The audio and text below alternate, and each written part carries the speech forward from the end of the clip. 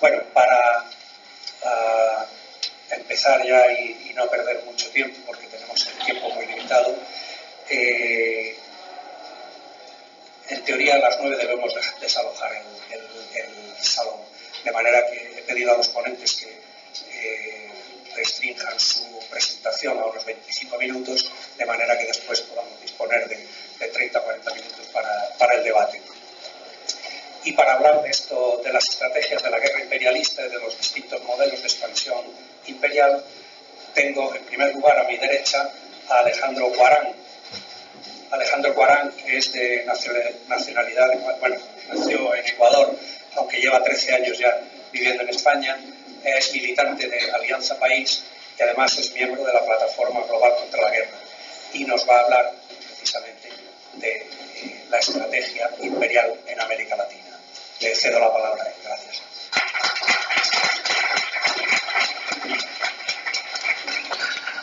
Hola, muy buenas tardes.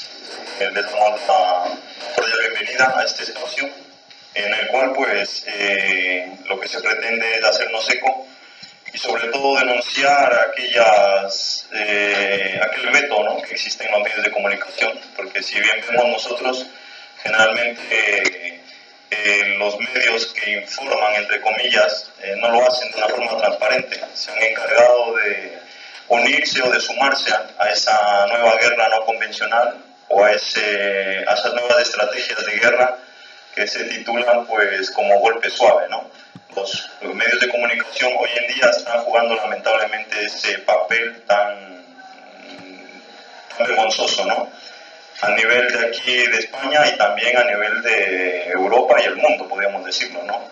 Es una estrategia que la vemos totalmente efectiva y de una forma legítima, ¿no?, como lo están haciendo, con una financiación y con un respaldo del imperialismo tanto norteamericano como europeo, porque en el fondo lo que se persigue es crear un ambiente de normalidad.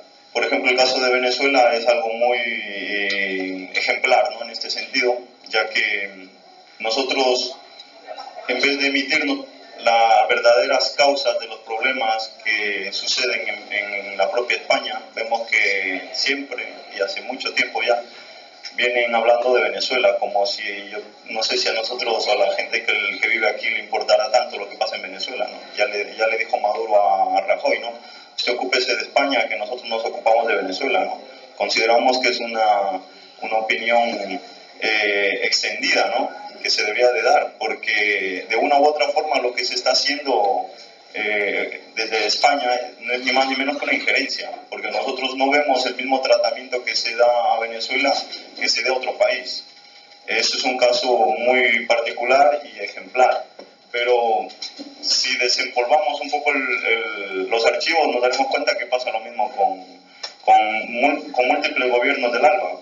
Lo mismo sucede con Ecuador, lo mismo sucede con Bolivia, etc. Hoy nuevamente lo vemos replicado en Brasil más de lo mismo, ¿no? A partir de que Lula da Silva se anunciase como futuro candidato a las próximas elecciones, hemos visto un ataque continuado y tenaz, ¿no?, por parte de los medios.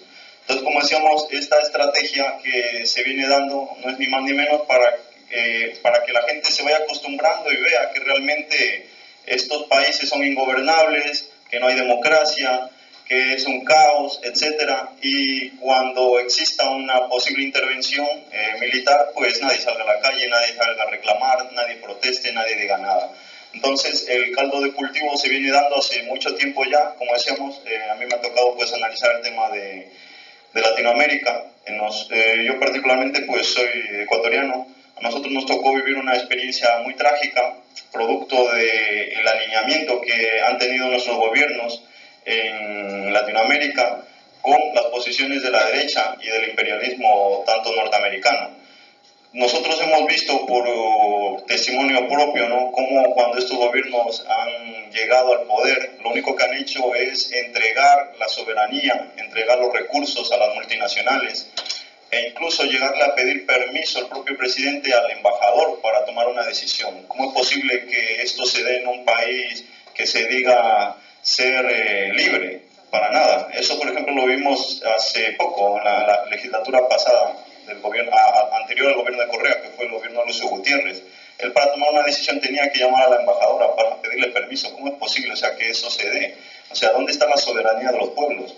Si seguimos haciendo ese mismo análisis, lo mismo ha pasado con los gobiernos anteriores, como decíamos, al socialismo del siglo XXI, o anteriores de estos gobiernos progresistas que han venido a valorar nuevamente a su pueblo, pero como decíamos, que anteriormente no lo hicieron. Ellos simple y llanamente se dedicaron a obedecer órdenes, ¿no? Entonces, este proceso de transformación o este proceso de cambio que se ha venido dando no ha gustado al imperio, porque lo único que han hecho nuestros gobiernos es reivindicar su derecho legítimo a tomar sus decisiones y a mirar por su pueblo. Cuando llegó Rafael Correa a Ecuador, una de las decisiones ejemplares que tomó a nivel mundial fue haber quitado la base de Manta, una base norteamericana supuestamente que estaba ahí bajo el respaldo de la DEA, con el propósito de controlar el tema de las drogas y etcétera, que no era más ni menos que una excusa para tener ahí una posición geoestratégica y una posición de control, que a la larga nosotros hemos visto que en vez de haber mermado el control de la droga, ha aumentado cuando las bases se instalan.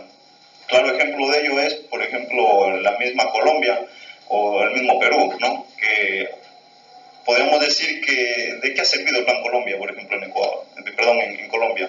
No ha servido de nada. ¿Cuánto tiempo, cuántas fumigaciones han hecho a los campos y la droga sigue saliendo? Entonces, yo considero que una persona en su sano juicio, ¿no? Si le entrega una obra, por ejemplo, para realizar en su casa, ¿no? Un albañil, ¿no? Y lleva ahí 10, 15, 20 años sin acabar la obra, pues, y normalmente uno lo despide, dice, es que es un inepto, ¿no? Efectivamente pasa lo mismo con las bases, con estas bases supuestamente que van a controlar el tráfico de droga. Llevan tanto tiempo y no son capaces de controlar nada, y en vez de bajar la producción de droga, se incrementa, etcétera, y el peligro y el narcotráfico, o sea, es terrible. O sea, nosotros por ahí podemos darnos cuenta de que las excusas son miles, y sin embargo, los defectos son nulos, ¿no? Entonces, el imperialismo norteamericano actualmente se ha buscado formas y maneras de seguir metiendo sus narices prácticamente en nuestros países, y lo único que les mueve es ni más ni menos que el control de los recursos, de las materias primas. En el caso de Venezuela, nosotros lo vemos de una forma clarísima. Ahí se encuentran las reservas más grandes de petróleo, que es en la franja del Orinoco. Tiene las primeras reservas más grandes del mundo, incluso mayores que las de Arabia Saudí. Eso es realmente lo que ellos les mueve. Si nosotros vemos el mapa, nos damos cuenta de que ellos se abastecen generalmente de Oriente Medio, pero traer todo ese petróleo a través de Oriente Medio les produce a ellos un incremento del costo, ¿no? del transporte. Entonces, sin embargo, teniendo ahí cerca Venezuela, unas pocas millas, ¿no? La reserva más grande de petróleo, es lógico que tengan en mira a este país.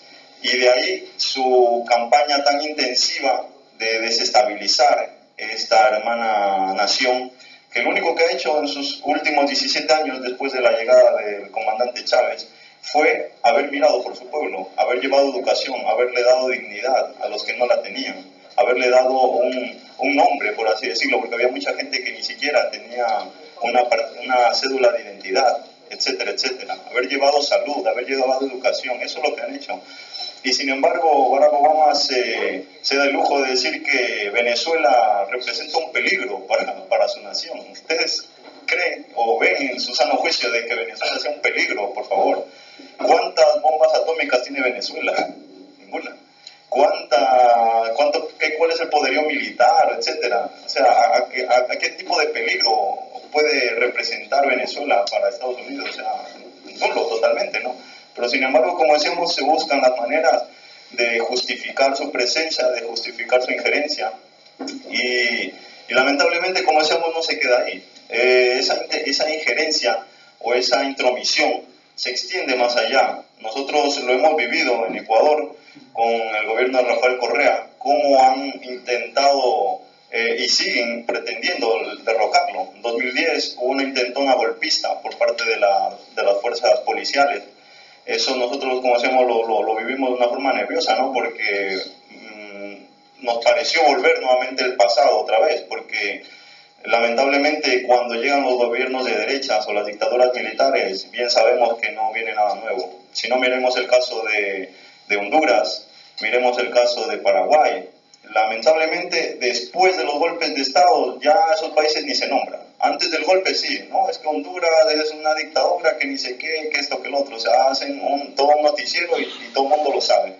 Pero después de que ese golpe de Estado triunfa, a esos países no se los vuelve a tratar jamás. Miremos el caso, como decíamos, de Honduras y veamos la violencia, la persecución que hay a la gente de izquierda, a los luchadores. Hace nada mataron a Berta Cáceres y siguen amenazando a esta gente que realmente está luchando por su dignidad, que está luchando por su gente, las persiguen.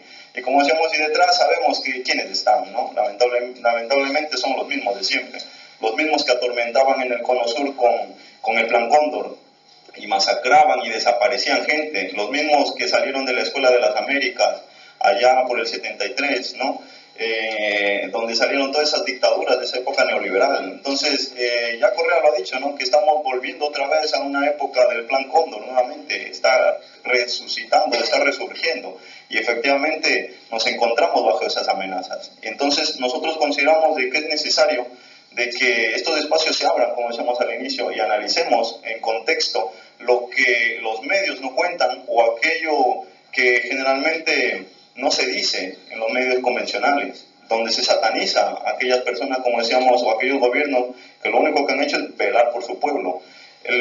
Uno de los errores, entre comillas, más grandes que ha cometido Venezuela fue haber otorgado más de 1 millón de viviendas sociales en estos últimos tiempos, que es un récord prácticamente habitacional que en ningún otro país del mundo prácticamente se ha hecho, más de 1 millón de viviendas. Y en una vivienda sabemos que van 3, 4 personas, ¿no? Etcétera. O sea, que imagino que siquiera llega a unas 4, 5 millones de personas, o sea, la protección social que ha brindado. Entonces, todo esto, como decimos, es una falacia. Nosotros simple y llanamente lo único que podemos hacer es indignarnos por una parte, ¿no? Y llamar a las cosas por su nombre, ¿no? Y decirnos realmente lo que está pasando en nuestros países. Y nos sentimos, como decíamos, tristes, ¿no? En el fondo, porque este pasado neoliberal amenaza con volver, amenaza con resurgir. Como decíamos, hoy en día lo vemos en Brasil. Brasil totalmente se encuentra intervenido. Sabemos que la propia gente de la oposición que están acusando de corrupción tanto a Dilma Rousseff como a Lula da Silva, son personas que tienen una viga inmensa en su propio ojo, son gente que están acusadas por corrupción, gente que no pueden salir de sus países, no pueden salir de Brasil, porque efectivamente tienen casos de corrupción a sus espaldas. O sea, ¿cómo es posible, no? Y como decíamos, todo esto está asizado y está armado y financiado, y nuevamente con la logística de la CIA, con la logística de la USAID, con la logística de la NET, que son instituciones que se han creado con ese fin y con ese propósito, de canalizar y de destinar recursos a organizaciones no gubernamentales incluso, para, como decíamos, a través de ahí meter e incendiar la calle. Esas estrategias de golpe suave las hemos visto de una forma clara y contundente en los países del este, cómo han cambiado gobiernos. Lo hemos visto también en las primaveras árabes, que ha seguido la misma hoja de ruta, ha seguido el mismo diseño. O sea que no es ni más ni menos, como decíamos, que el armar a la oposición y brindarle de argumentos, brindarle fuerza para que ellos sean los que se encarguen, como decíamos, de desestabilizar el país. Hoy en día ya esos golpes militares tal cual se venían dando ya no son, ahora han cambiado de rostro, y lamentablemente nos damos cuenta de cómo los propios ciudadanos, ignorantes muchos de ellos de su propia historia, obedecen y hacen caso a estas estrategias miserables, ¿no? Y colaboran para que estos procesos lamentablemente se den, sin mirar tan lejos. Como decíamos, vemos en el caso de Venezuela, ¿no? Cómo la MUD, cómo la oposición encuentra un eco. Por ejemplo, aquí en Madrid estuvo la semana pasada, hace 15 días, ¿no? Los opositores, ¿no? Lilian Tintori, estuvieron presentando un libro, etcétera, ¿no? y ahora pretenden, ¿no?, llevar una ley de amnistía con el propósito, como decíamos, simplemente de confrontar. Porque si bien vemos todo lo que ellos quieren amnistiar o olvidar, no es ni más ni menos que delitos.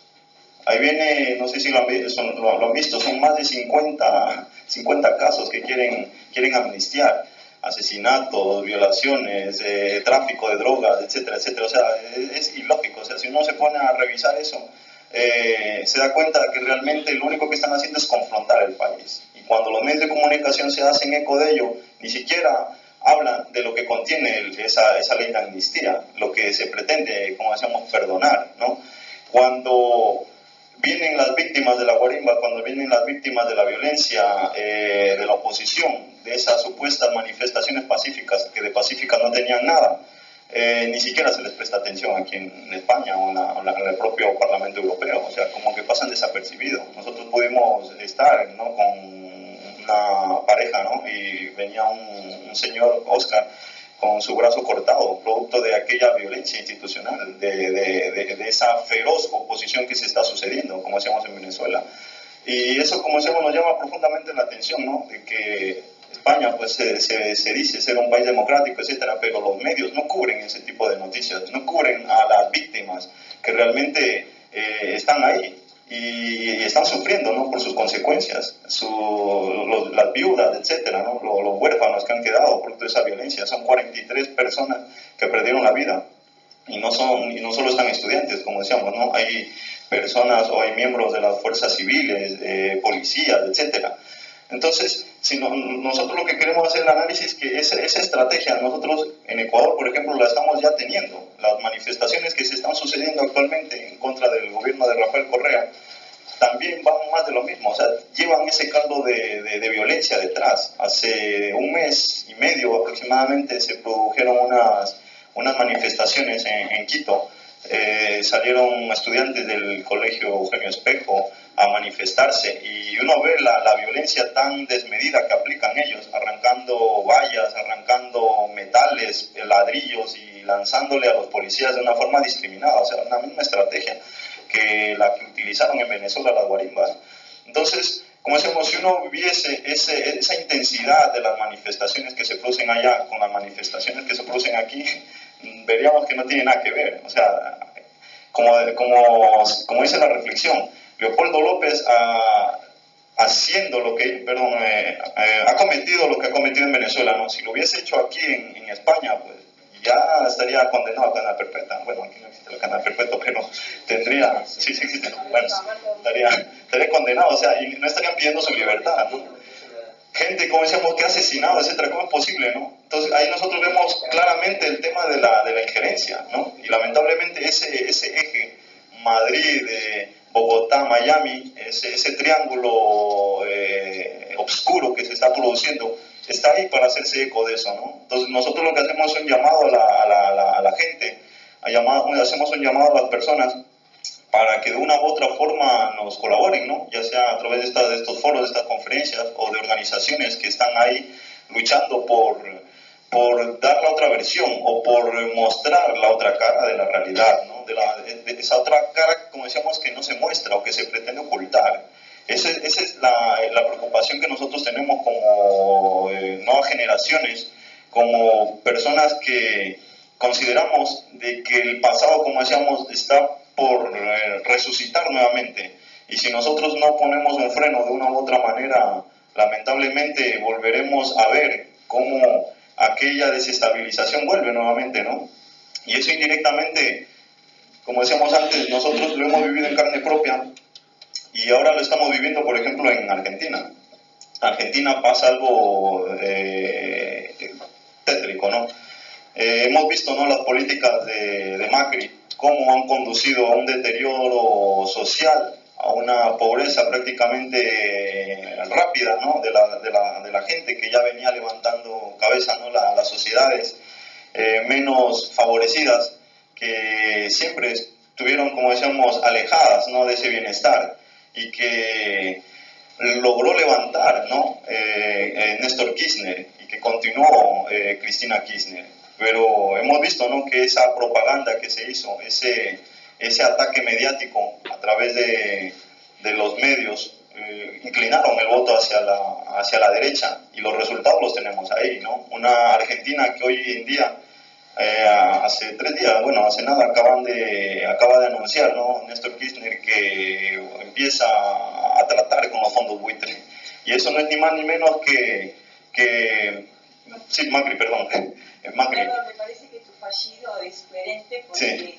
precisamente el Frente para la Victoria, sí, está votando con Macri, sí, a favor de la negociación con los fondos buitres.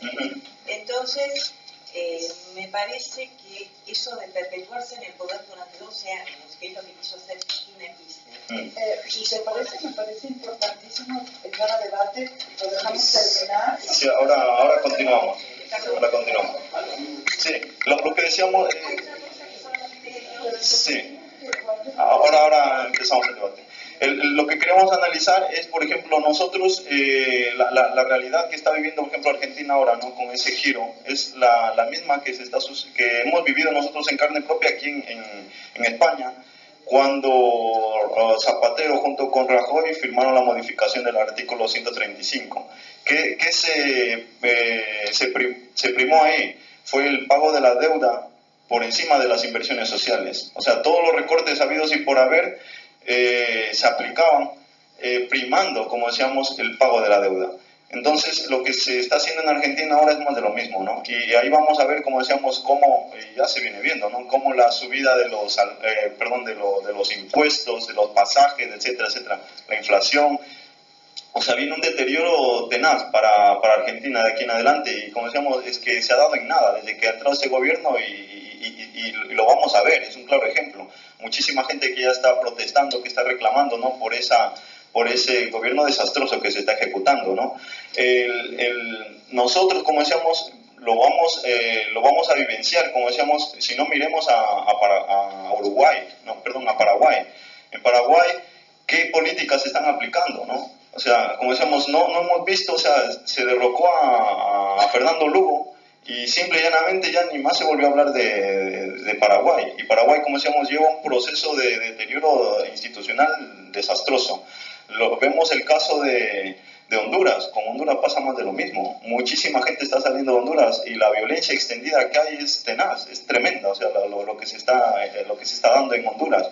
Después de que había girado Manuel Zelaya las políticas, y a nivel social había mirado a la gente, como decíamos, y había cambiado el chip de gobierno que se venía dando, ¿no? Como decíamos antes, porque en nuestros países no han gobernado los pueblos, o sea, no ha triunfado jamás la democracia. La democracia ha estado intervenida por las multinacionales, por las agencias extranjeras, ha estado intervenida por las embajadas norteamericanas, lamentablemente. Como decíamos, y eso ha llevado a que miles y miles, y bueno, millones prácticamente de latinoamericanos hayamos tenido que salir de nuestros países, obligados, como decíamos, por esa miseria que se nos ha impuesto, porque si nosotros vemos, Latinoamérica no es un continente pobre, es un continente con una de las mayores reservas energéticas en el mundo. O sea, en Latinoamérica hay un montón de riqueza, o sea, natural, mineral, etcétera,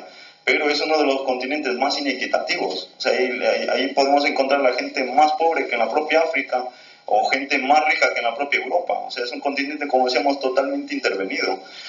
Y cuando por fin quiere respirar por sí solo, cuando por fin quiere despertar, ¿qué sucede? Vuelve nuevamente el fantasma neoliberal a posicionarse y a intentar, como decíamos, echar abajo ese proyecto de la CELAC, del ALBA, de la UNASUR, del Banco del Sur, ¿no?, que son instituciones que nacieron como ese ideal de integración regional, ¿no?, y en la cual, pues, se nos ha brindado por lo menos una garantía de momento. Son instituciones que están vigilando los procesos democráticos, y que por lo menos se la respetan, ¿no? Y ya por un lado se ha podido dejar la OEA ahí aparcada, aunque todavía tiene su peso, pero como decíamos, por lo menos nuestros países ya tienen otro escenario donde debatir, donde dialogar y donde analizar sus problemas, que son, como decíamos, los problemas propios, donde no tenga que intervenir Estados Unidos.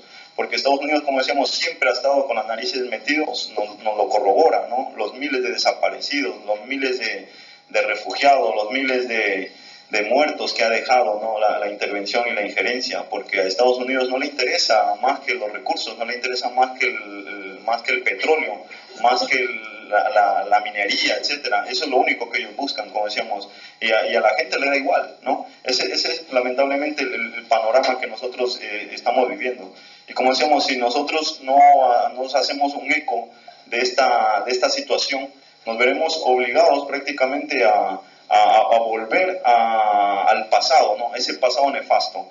Entonces, desde estos foros, el planteamiento, volvemos a recalcarlo, ¿no? Es a analizar realmente el peso y el trasfondo y el peligro realmente que representa este imperialismo, ¿no? El imperialismo norteamericano.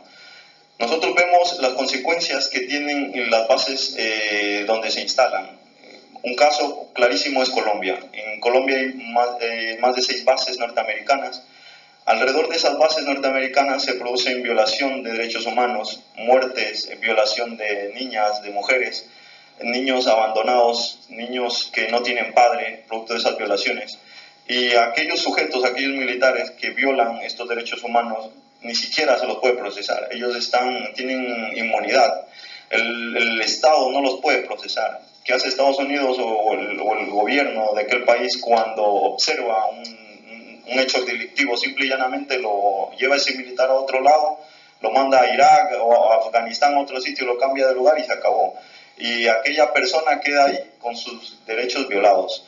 Esto no es, como decíamos, no es un caso puntual, lo vemos regado por todo el mundo, como sea, donde hay una base militar, ahí hay violación de derechos humanos flagrante. Estas bases militares, como decíamos, el único propósito que buscan es simple y llanamente ser un puente, ser un lugar de ocupación. Esas bases militares lo que están haciendo es ni más ni menos que apoderarse, como decíamos, o sea, es una injerencia directa del país, ¿no? Entonces, desde la plataforma contra las guerras, nosotros nos pronunciamos en contra de estas bases, ¿no? Y ojalá algún día los estados puedan reflexionar y darse cuenta de que estas bases en el fondo no sirven para nada. O sea, supuestamente van a proteger la paz y a llevar la paz, y es todo lo contrario.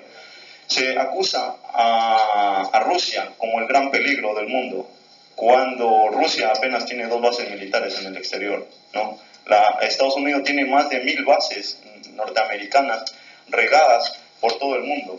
En su propio país cuenta con más de 823 bases. En Latinoamérica hay 21 bases, en Europa 513, en Asia Central 36, Asia Pacífico 248, 5 en África.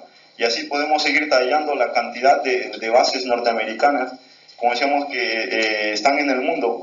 Y lo único que buscan, como decíamos, nuevamente es un posicionamiento geoestratégico con el propósito de dominio y nada más que de dominio. Entonces, la propuesta y la lucha de las clases sociales y de la gente de a pie, como decíamos, es a que hace falta gente o hace falta activistas, ¿no?, que digan las cosas por su nombre. Nosotros pudimos participar en la conferencia por la paz en Bruselas, donde se analizaba esta situación y este peligro que existe para la humanidad.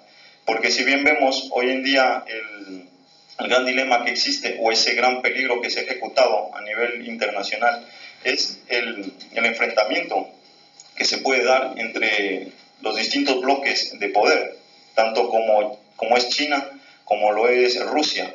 Rusia y China, como tal, son 2 potencias que ellos no se amedrentan ante las provocaciones de Estados Unidos y de Europa. Ellos lo han dejado claro, y más claro está el tema de Siria, que lo veremos más adelante. Rusia ha demostrado que es capaz de enfrentarse y es capaz de poner fin a esta injerencia norteamericana, y se los ha cantado. Ahora, hace 2 días acaban de reconquistar el Palmira, Y curiosamente ni Obama, ni Cameron, ni tantos otros se alegraron por la salida del ISIS de estas regiones. ¿Por qué? ¿No? Cuando son supuestamente ellos los que están luchando contra el terrorismo. Pura mentira. Son ellos los que crearon el terrorismo, los que lo financian y los que están comprando el petróleo saqueado de Siria y de Irak a través de Turquía. Entonces, como decíamos, nosotros no podemos callarnos y ver nuevamente a los yanquis o a los Estados Unidos simplemente como las monjitas de la caridad, porque no lo son. Como decíamos, lamentablemente ellos se han convertido en el problema para el mundo y para la propia vida. Y que si no fuera por la actitud que está teniendo Vladimir en este caso, pues lamentablemente ya nos encontraríamos ante una tercera guerra mundial. Hasta aquí mis palabras y muchas gracias.